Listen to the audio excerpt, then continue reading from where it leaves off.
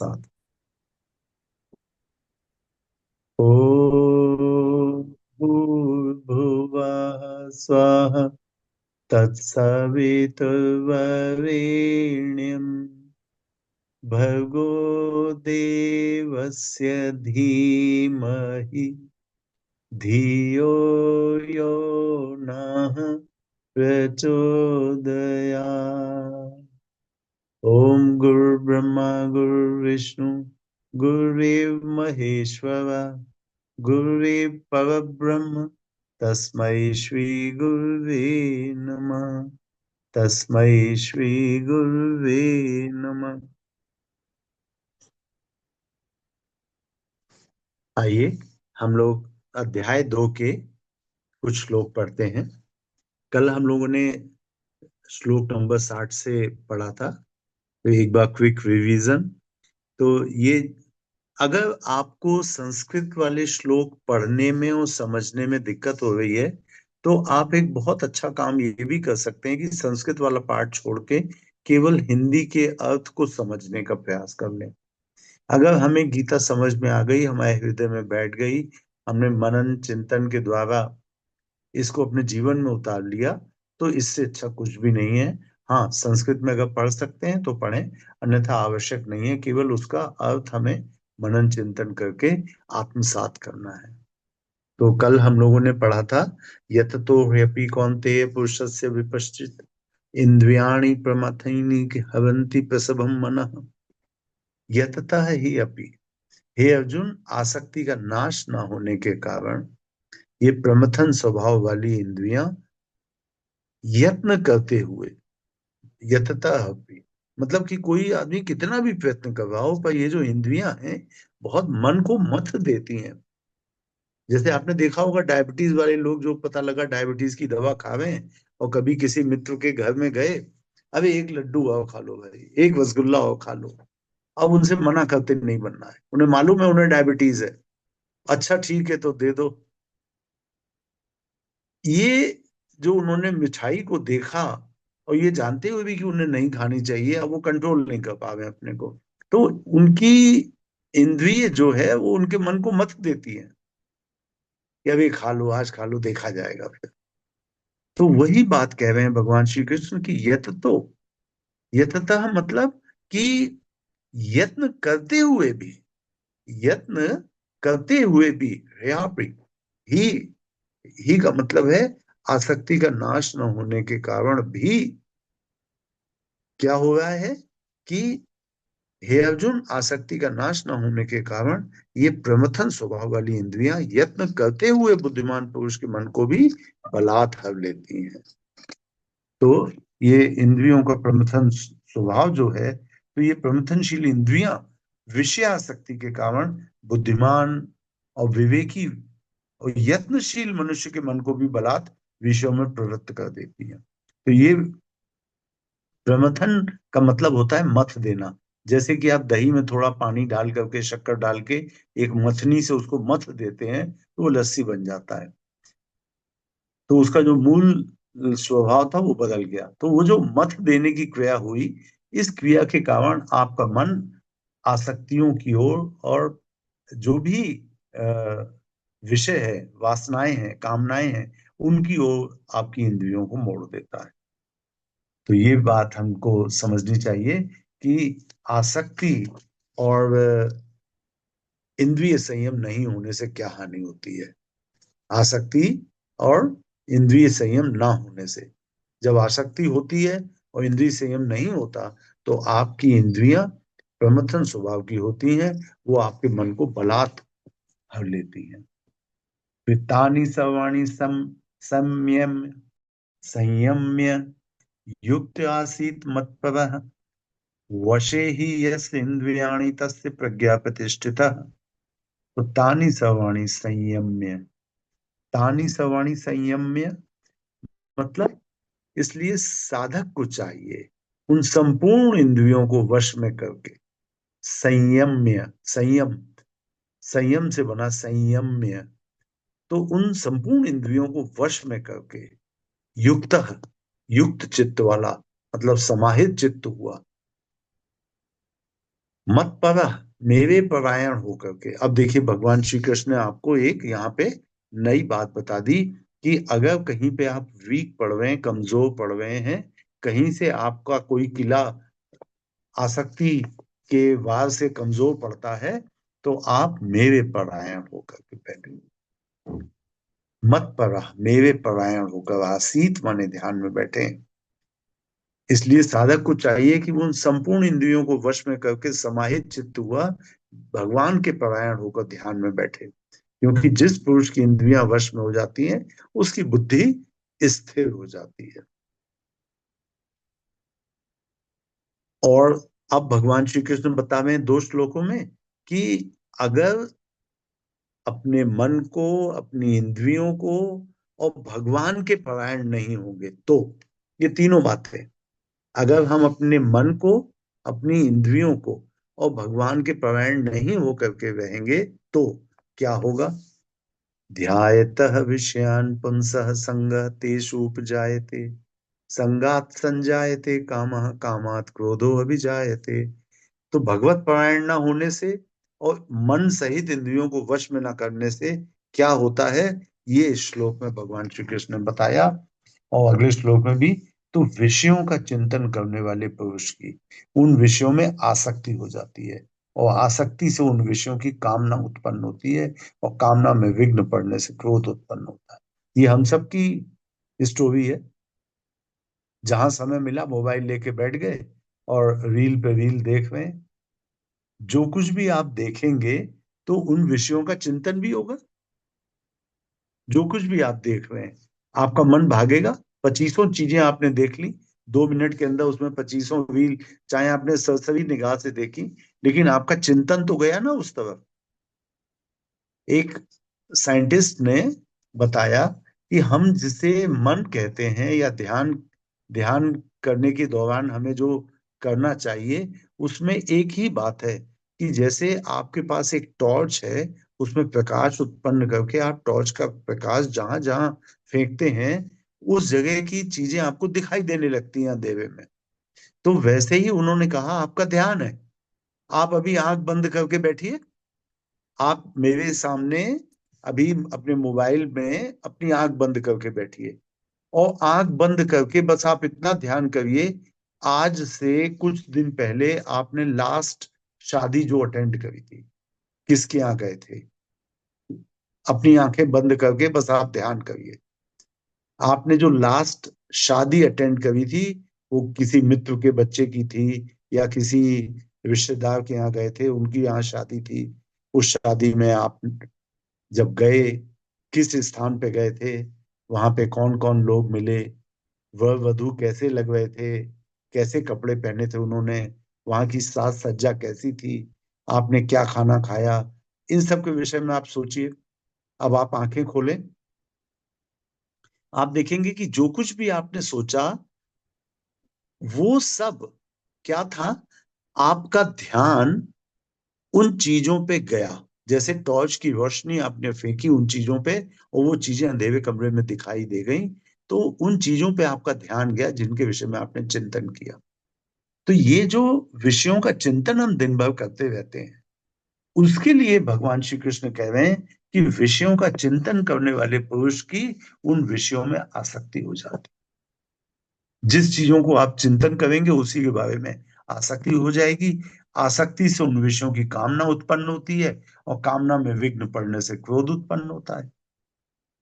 अगले श्लोक में भगवान श्री कृष्ण कहते हैं, क्रोध क्रोधात भवति सम्मोह, सम्मोहात स्मृति विभ्रम, स्मृति भ्रंशात बुद्धिनाशो, और बुद्धिनाशात प्रणश्यति। कितना साधारण सी बात बता दी उन्होंने कि क्रोध से अत्यंत मूढ़ भाव, सम्मोहन सा एक हो जाता है, और मूढ़ भाव से स्मृति में भ्रम हो जाता है, स्मृति में भ्रम हो जाने से बुद्धि अर्थात ज्ञान शक्ति का नाश हो जाता है, और बुद्धि का नाश हो जाने से वह पुरुष अपनी स्थिति से गिर जाता है, उसका पतन हो जाता है। तो इन सब चीजों की शुरुआत कहां से हुई? विषयों का चिंतन करने से। विषयों का चिंतन करने से। ये जो अध्याय 2 के 62 और 63 नंबर के श्लोक हैं, ये हमें अपने जीवन में क्षण क्षण पे जो भी हमारी आसक्ति और विषयों का चिंतन करने वाली प्रवृत्ति है, उसकी ओर ध्यान दिलावे। ये 62 और 63 श्लोक भगवान श्री कृष्ण ने उन लोगों के लिए बताए हैं कि जिनका ना तो अपने मन पे कंट्रोल है, ना अपनी इंद्रियों को वश में किया हुआ है। तो उनका पतन कैसे होता है? बहुत ही साधारण सी बात है। और उसकी शुरुआत कैसे हो गई है? विषयों का चिंतन करने से। तो कल हम लोगों ने ये पढ़ा कि विषयों का चिंतन करने वाले पुरुष की उन विषयों में आसक्ति हो जाती है। आसक्ति से उन विषयों की कामना उत्पन्न होती है। बार बार आप, जैसे मान लीजिए आप साइकिल से चलते हैं और बार बार आप कार की फोटो देखेंगे, तो आपके मन में अभी कार होती तो बड़ा अच्छा होता। बस आपको कार में आसक्ति हो गई।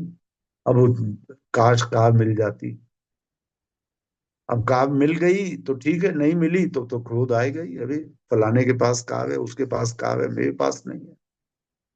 तो भगवान श्री कृष्ण इन दो श्लोकों में, अध्याय 2 के 62 और 63 वाले श्लोकों में बताते हैं कि जिन मनुष्यों की विषयों में आसक्ति होती है, जो अपनी इंद्रियों को वश में नहीं कर सकते, मन पे कंट्रोल नहीं कर सकते, उनका पतन निश्चित है। और वो कैसे होगा, ये उन्होंने 2 श्लोकों में बता दिया। अब अर्जुन ने पूछा था कि स्थित प्रज्ञ योगी योगी कैसे व्यवहार करता है, कैसे चलता है। तो अब इसका अंतर बताने के लिए कि स्थित प्रज्ञ योगी कैसे व्यवहार करता है, वो अब 2 श्लोकों में भगवान श्री कृष्ण बता रहे हैं। ये जो 2 श्लोक हैं, पिछले 2 श्लोकों से अंतर है। पिछले 2 श्लोक में हमने पढ़ा कि जिनका अपने मन पे कंट्रोल नहीं, विषयों पे कंट्रोल नहीं, आसक्ति है, विषय वासनाओं में आसक्ति है, वो कैसे हो जाएंगे, अपने स्थिति से गिर जाएंगे। अब उनके विषय में बतावे भगवान श्री कृष्ण कि जिन्होंने अपने मन को वश में कर लिया है, जिनकी इंद्रियां उनके वश में होती हैं। तो ऐसा साधक क्या करता है? राग द्वेष वियुक्त है। राग और द्वेष से रहित। अगर आपको स्थित प्रज्ञ बनना है, आपको आनंदमय कोश की साधना करनी है, तो सबसे इंपॉर्टेंट पॉइंट भगवान श्री कृष्ण बता रहे हैं कि राग और द्वेष से रहित हो जाए। आप कहेंगे साहब, जैसे कल मैंने आप लोगों से डिस्कस किया था कि विषया विनिवर्तन्ते निराहारस्य देहिना। यहाँ पे आहार का मतलब होता है जो इंद्रियों की विषय वस्तु है। जैसे जीभ की विषय वस्तु है कि उसे स्वादिष्ट भोजन मिल जाए। आपने 1-2 दिन उपवास किया तो इससे ये मतलब नहीं हुआ कि आपकी निवृत्ति हो गई। 1-2 दिन आपने अपने मन पे कंट्रोल किया है तो उपवास हुआ। लेकिन निवृत्ति कब की? निवृत्ति तब जब आप अपनी सूखी रोटी दाल से खा रहे हैं और बगल वाला बैठा अचार और चटनी और देसी घी और मक्खन मलाई सब खा रहा है, 56 भोग लेके बैठा है, आपका मन ही नहीं चल रहा, आप उस तरफ देख भी नहीं रहे। एक बार छोटे बच्चों के ऊपर एक एक्सपेरिमेंट किया साइकोलॉजिस्ट ने। उन्होंने बहुत सारे बच्चों को एक चॉकलेट दी, मेज कुर्सी पे बैठा दिया गया, जैसी उनकी स्कूल में मेज कुर्सियां होती हैं उन पे बैठा दिया गया, का कुर्सी पे बैठ जाओ और दोनों हाथ अपने गोदी में रख लो, और सामने उनके मेज पे रख दी चॉकलेट। और उन्होंने कहा कि जो व्यक्ति, जो भी बच्चा 15 मिनट तक ये चॉकलेट नहीं खाएगा, बोले है आपकी, 15 मिनट बाद मिलेगी। जो बच्चा 15 मिनट तक इस चॉकलेट को नहीं खाएगा, उसको ये चॉकलेट तो मिलेगी ही, एक और चॉकलेट मिलेगी। अब उसमें 2 तरह के बच्चे थे। कुछ बच्चों ने तो देखा चॉकलेट, थोड़ी देर तो देखते रहे चॉकलेट की तरफ, फिर लपक के उन्होंने उसको खोला चॉकलेट के कवर को और खाने लग गए। 15 मिनट क्या, 2-4 मिनट में ही खाने लग गए। हाँ, कुछ बच्चे ऐसे थे जिन्होंने उस चॉकलेट की तरफ निगाह भी नहीं डाली। वो इधर उधर देखते रहे और उस चॉकलेट की तरफ नहीं देखा, और 15 मिनट निकाल दिए उन्होंने। तो ये है मन पे कंट्रोल। तो अब भगवान श्री कृष्ण बता रहे हैं कि जिनके मन और इंद्रियां उनके वश में होते हैं, ऐसे साधक क्या करते हैं, कैसे होते हैं स्थित प्रज्ञ? राग द्वेष वियुक्तस्तु।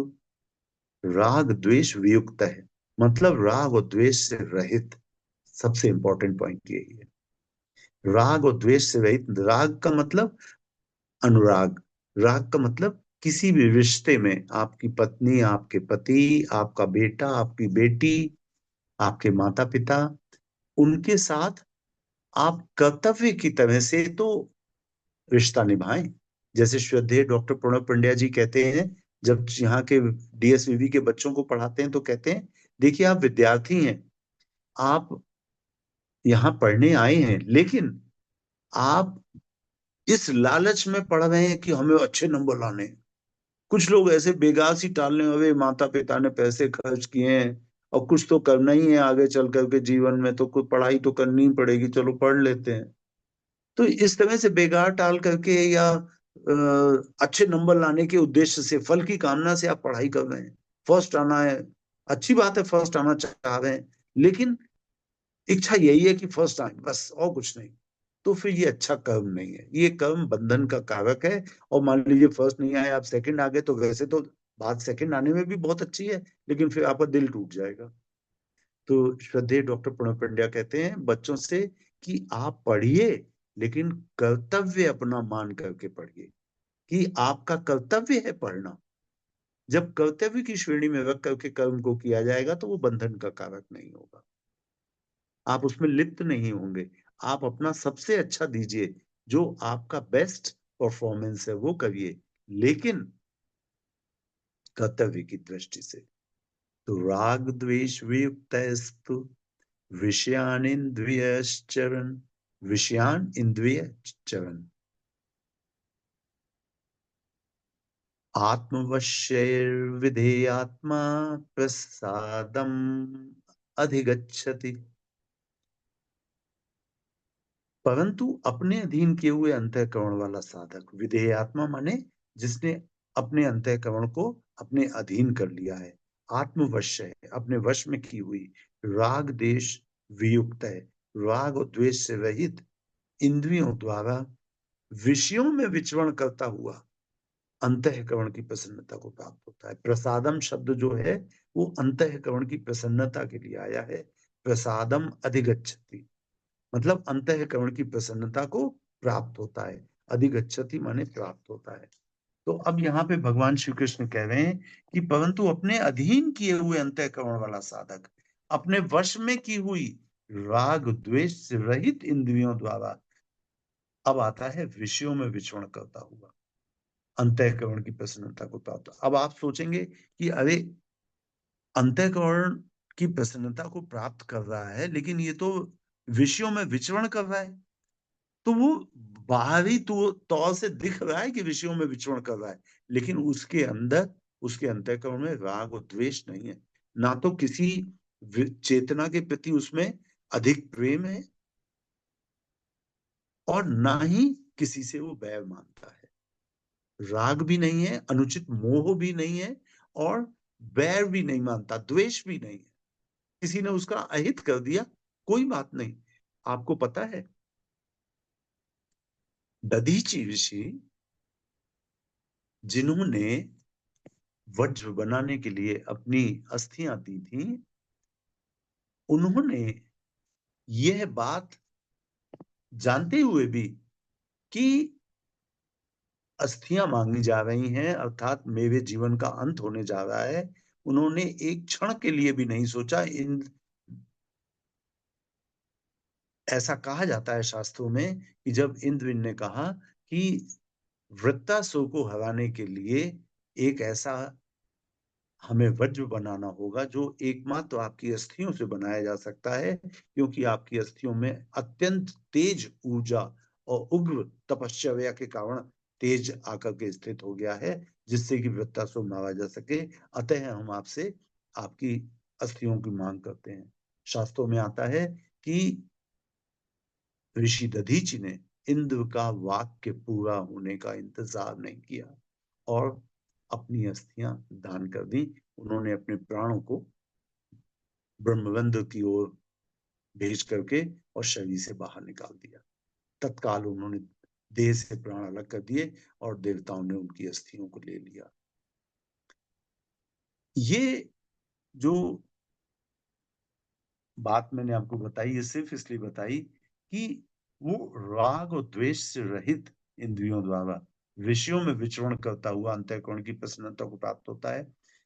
इंद्र से उनके पिछले कई बार के बुरे अनुभव भी थे, लेकिन उन्होंने ये देखा कि मेरी अस्थियों की आवश्यकता मानवता के लिए है। उन्होंने तत्काल इंदु को अपनी अस्थियां देना मंजूर कर लिया।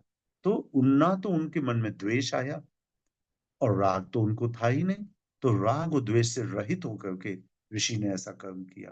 तो भगवान श्री कृष्ण कह रहे हैं कि अपने अधीन किए हुए अंतःकरण वाला साधक अपने वश में की हुई इंद्रियों के साथ राग द्वेष से रहित होकर के इंद्रियों को अगर विचरण भी ऐसा लगता है कि वो इंद्रियों में विचरण कर रहा है, तो भी वो अंतःकरण की प्रसन्नता को प्राप्त होता है। तो यहाँ पे दो बात आती है कि बाहरी तौर से लगता है कि एक तो विषय का त्याग कर देना भी अच्छी बात है। बाह्य विषयों का त्याग कर दिया मतलब हम उपवास करेंगे, हम इंद्रियों का संयम करेंगे। तो इंद्रियों का संयम, उपवास और विषयों का त्याग ये अच्छी बात है, लेकिन उसकी अपेक्षा, विषय के त्याग की अपेक्षा इंद्रिय का संयम ज्यादा इंपॉर्टेंट है। इंद्रिय का संयम ज्यादा इंपॉर्टेंट है, और उसमें राग द्वेष का ना होना ज्यादा इंपॉर्टेंट है। तो ये हम लोगों ने एक चीज सीखी कि अगर हमें अपने आनंदमय कोश को साधना है, तो इंद्रियों पे कंट्रोल हो, इंद्रियों पे संयम हो, अंतःकरण हमारे अधीन हो। इंद्रियों का संयम बहुत आवश्यक है। अब अगले श्लोक में, 65वें श्लोक में भगवान श्री कृष्ण कहते हैं, प्रसादे सर्व दुखानां हानिर्वस्योपजायते प्रसन्न चेतसो ह्याशु बुद्धि पर्यवतिष्ठ पर्यवतिष्ठते। पर्यवतिष्ठते माने स्थिर होकर के बैठ जाना। तिष्ठ माने होता है बैठना, और पर्यवतिष्ठते माने स्थिर होकर के, दृढ़ होकर के बैठ जाना। प्रसादे, प्रसादे का मतलब है कि अंतःकरण की प्रसन्नता होना। तो भगवान श्री कृष्ण कह रहे हैं कि अंतःकरण की प्रसन्नता होने पे इसके संपूर्ण दुखों का अभाव हो जाता है, और उस प्रसन्न चित्त वाले कर्मयोगी की बुद्धि शीघ्र ही सब हो से हटकर एक परमात्मा में ही भली भांति स्थिर हो जाती है। तो अंतःकरण की प्रसन्नता भगवान श्री कृष्ण के हिसाब से सबसे अच्छी बात है। अगर अंतःकरण में प्रसन्नता होगी तो सर्व दुखानाम हानि अस्य उपजायते। अगर अंतःकरण में प्रसन्नता होगी तो वहां से सारे दुख खत्म हो जाएंगे। कहां से? आपके अंतःकरण से।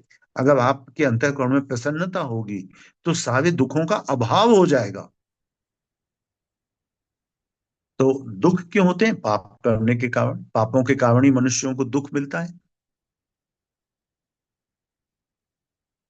अब अगला श्लोक में आते हैं, न अस्ति बुद्धि अयुक्तस्य न च अयुक्तस्य भावना, न अस्ति बुद्धि अयुक्तस्य। अयुक्तस्य का मतलब होता है ना जीते हुए मन और इंद्रियों वाले पुरुष में। युक्त अस्य, युक्त का मतलब जीत लिया गया मन, और अयुक्तस्य मतलब मन जिसने अपना जीता नहीं है। ना जीते हुए मन और ना जीती हुई इंद्रियों वाले पुरुष में क्या हो जाता है? निश्चयात्मिका बुद्धि, व्यवसायत्मिका बुद्धि जो है वो नहीं होती। निश्चयात्मिका बुद्धि किसके लिए कह रहे हैं? भगवान श्री कृष्ण कह रहे हैं कि ना जीते हुए मन और ना जीती हुई इंद्रियों वाले पुरुष में निश्चयात्मिका बुद्धि या व्यवसायत्मिका बुद्धि नहीं होती। निश्चयात्मिका मतलब एक निश्चय। जैसे हम सब के लिए एक निश्चय क्या होना चाहिए? हमें ईश्वर को प्राप्त करना है, हमें ईश्वर को प्राप्त करना है, हमें ईश्वर की भक्ति करनी है, ईश्वर में ही हमें अपने मन को लगाए रखना है। ये हमारी एक निश्चय, ईश्वर की प्राप्ति, ये एक निश्चय हो जाना चाहिए। तो अगर हमने ये निश्चय कर लिया तो निश्चयात्मिका बुद्धि हो गई। पर अगर हमने मन को नहीं जीता, इंद्रियों को नहीं जीता, तो अगर मन को और इंद्रियों को जीता नहीं है, तो ऐसे पुरुष में निश्चयात्मिका बुद्धि होती ही नहीं। क्यों नहीं होती? भाई अगर आपने अपने मन में एक भाव तय नहीं किया है ना, तो कभी किसी इंद्रिय के विषय की तरफ आपका मन भागेगा, कभी किसी इंद्रिय के विषय की तरफ भागेगा। और पांच इंद्रियां हैं, पांचों इंद्रियों के अलग अलग विषय, तो आप केवल अपने मन को पकड़ते हुए जाएंगे। और भगवान श्री कृष्ण से अर्जुन ने कहा ही है गीता में कि हे कृष्ण, मन को पकड़ना वायु को पकड़ने के समान दुष्कर है। अध्याय 6 में आता है आगे चल के। तो अगर हमने अपने मन को और इंद्रियों को नहीं जीता तो हमारी निश्चयात्मिका बुद्धि नहीं होती। नास्ति बुद्धिर्युक्तस्य न चायुक्तस्य भावना। और जब बुद्धि ही नहीं होगी निश्चय वाली, तो फिर भावना कैसे, अंतःकरण की भावना भी नहीं हो पाएगी एक निश्चय वाली। जब मन और इंद्रियों पे कंट्रोल नहीं है हमारा और विषयों में मन भागेगा, निश्चयात्मिका बुद्धि नहीं है, बुद्धि में एक निश्चय नहीं है, एक लक्ष्य नहीं बनाया कि ईश्वर को प्राप्त करना है, तो फिर तो भावनाएं भी कंट्रोल में नहीं हो पाएंगी। वैसे अगर समझना चाहें तो भावनाएं कारण शरीर में रहती हैं और विचार सूक्ष्म शरीर में रहते हैं, और कारण शरीर सूक्ष्म शरीर से अधिक सूक्ष्म है। तो मूल में, जड़ में भावनाएं हैं। अगर भावनाओं पे आप काम करेंगे तो आपके विचार अच्छे हो जाएंगे, और विचार अच्छे होंगे तो आपकी मन और इंद्रियों पे कंट्रोल भी आपका अच्छा आ जाएगा। तो नास्ति बुद्धिर अयुक्तस्य न चायुक्तस्य भावना। तो न अस्ति बुद्धि अयुक्तस्य न च अयुक्तस्य भावना न च अभाव्यतः शांति अशांतस्य कुतः सुख सुख।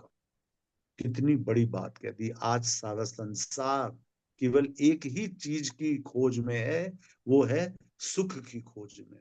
और भगवान श्री कृष्ण ने इस श्लोक में हमें बता दिया कि अगर सुख पाना है तो क्या करना होगा, और सुख कैसे मिलता है और कैसे नहीं मिलता है।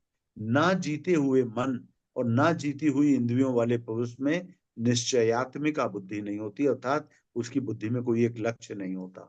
और उस अयुक्त मनुष्य, मतलब अयुक्त का मतलब हुआ जिसने अपने मन और बुद्धि को नहीं जीता, और उस मनुष्य के अंतःकरण में भावना भी नहीं होती, और भावनाहीन मनुष्य को शांति नहीं मिलती, और शांति रहित मनुष्य को सुख कैसे मिल सकता है। जिसके मन में शांति नहीं है उसे सुख कैसे मिल सकता है। नास्ति बुद्धि अयुक्तस्य न च अयुक्तस्य भावना न च भाव्यतः शांतिर शांतस्य कुतः सुखम अशांतस्य कुतः सुखम। तो अशांत रहने वाले चित्त को सुख कहाँ से मिल सकता है। तो अगर हमें सुख की तलाश करनी है तो सबसे पहले हमें अपने मन और बुद्धि को, अपनी इंद्रियों को कंट्रोल करना चाहिए।